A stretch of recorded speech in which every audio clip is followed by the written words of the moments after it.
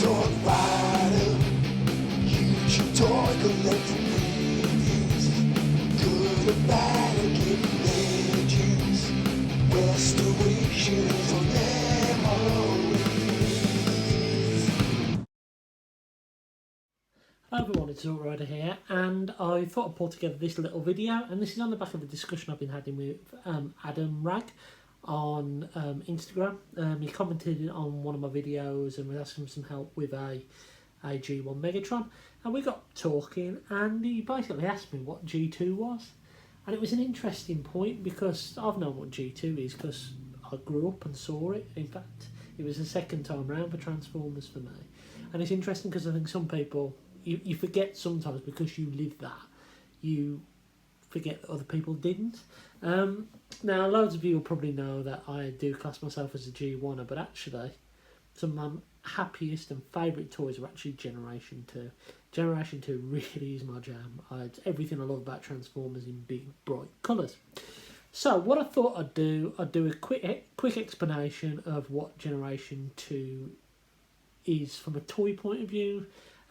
We all know that Hasbro decided to reuse some of their old figures and repaint them, and it was an easy money scheme. They'd done it a few times with the Classics collection already, and this was another chance for them to use old moulds. But also they reinvented some new characters, they put a new CGI element in front of the cartoons, and some of those looks are iconic and are still around today. So I've taken some comparison photos, let's talk through them.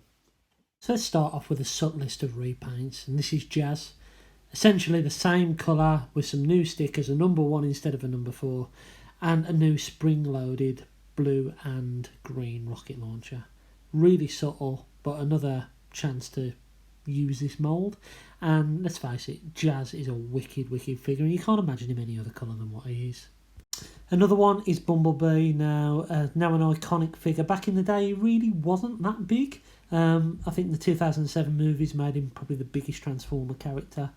Bumblebee here got a subtle repaint in this like chromy gold colour, which is really nice. Transformation's exactly the same. I really like this colour on him. And I always, as a kid, used to use him as Goldbug, as he changed his name in the Rebirth.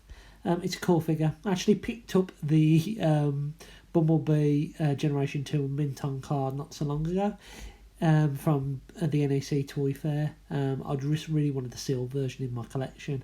And at TFN last year, I picked up the reissue Bumblebee with a new head sculpt, so that's pretty cool.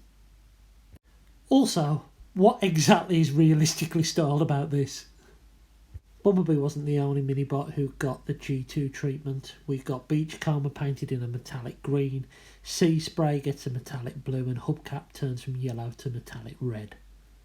Some of the main ones that stick in my mind are the repaints of the Dinobots. That blue Grimlock really does stick in my mind. I remember picking up, I think it was from Tamworth many years ago.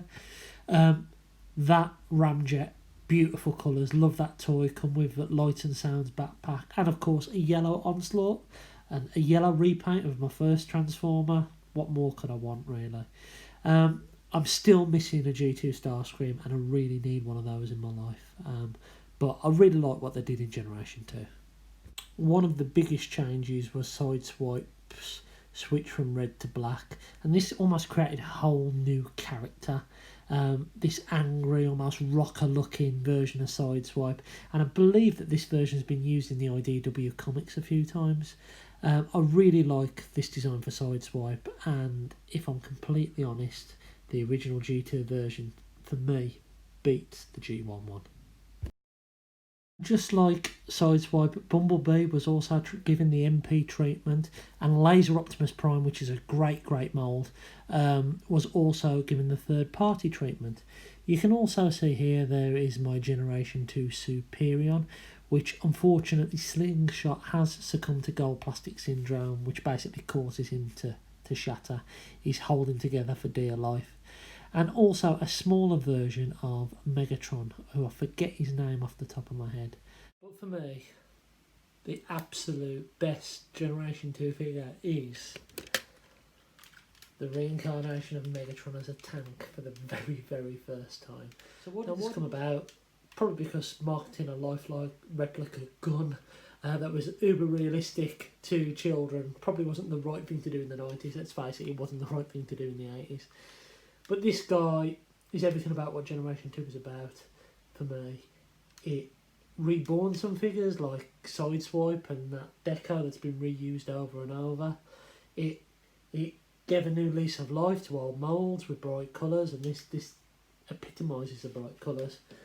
But for me, it brought some great toys in its own right, and this and Laser Optimus Prime for me are the pinnacles of that. My Laser Optimus Prime, I've got a picture of him which I'll put up a little bit later in the display. Trailer's up in the loft.